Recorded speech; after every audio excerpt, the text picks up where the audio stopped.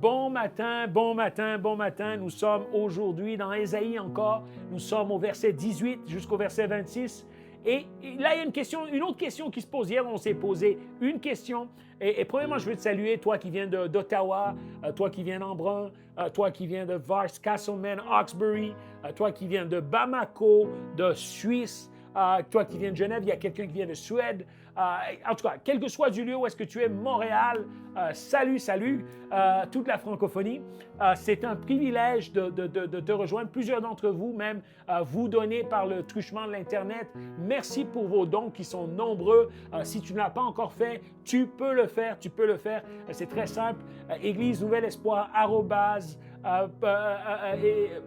je dis à Église Nouvel Espoir, je m'excuse, info@églisenouvelespoir.com, info@églisenouvelespoir.com.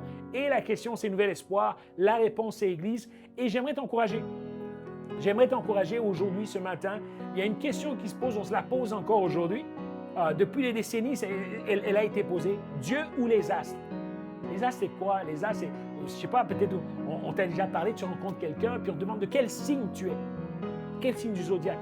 Et vous savez, l'homme fait plusieurs choses pour essayer de voir le futur. L'homme se fait lire les mains.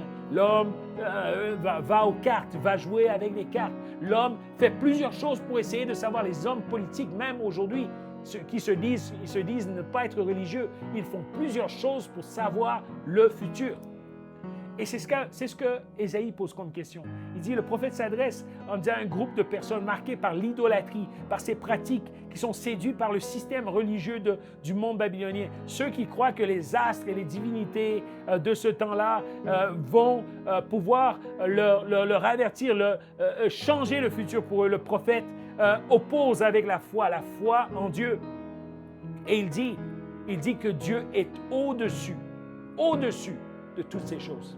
Et j'aimerais te proposer aujourd'hui à cette personne qui t'a dit, écoute, tu vas mourir dans quelques jours, à cette réalité qui a dit que ton fiancé allait te quitter ou ta fiancée allait te quitter après qu'on t'ait lu sur la main, ou à ces cartes qui ont dit que tu vas gagner, je ne sais pas, des millions de dollars si tu faisais ceci ou cela. J'aimerais te dire que Dieu est au-dessus de toutes ces pratiques. Dieu est bien au-dessus de toutes ces pratiques. Et tout ce que tu as besoin, c'est prendre quelques minutes, aller consulter Dieu, aller chercher son cœur. Et vous savez, Dieu est un Dieu qui t'aime. Dieu est un Dieu qui te cherche. Dieu est un Dieu qui te chérit. Il parle encore aujourd'hui. Alors je vais prier pour toi afin que tu t'approches de lui, parce que la Bible dit, approchez-vous de moi et je m'approcherai de vous.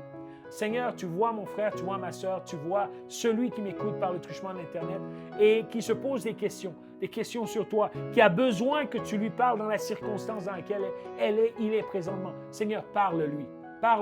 Seigneur, montre-lui que tu es au-dessus de la magie, au-dessus de tout ce qu'il est en train de pratiquer maintenant, au-dessus de ses doutes, au-dessus de la lecture des tarots, de la lecture des mains, au-dessus de tout cela, que tu es au-dessus de sa franc-maçonnerie, de son maïkari, tu es au-dessus de toutes ces choses-là. Montre-lui que tu es la voie. Montre-lui et délivre cette personne en lui montrant, Seigneur, que toi, Dieu, tu es au-dessus de tout. Dans ton merveilleux nom. Amen.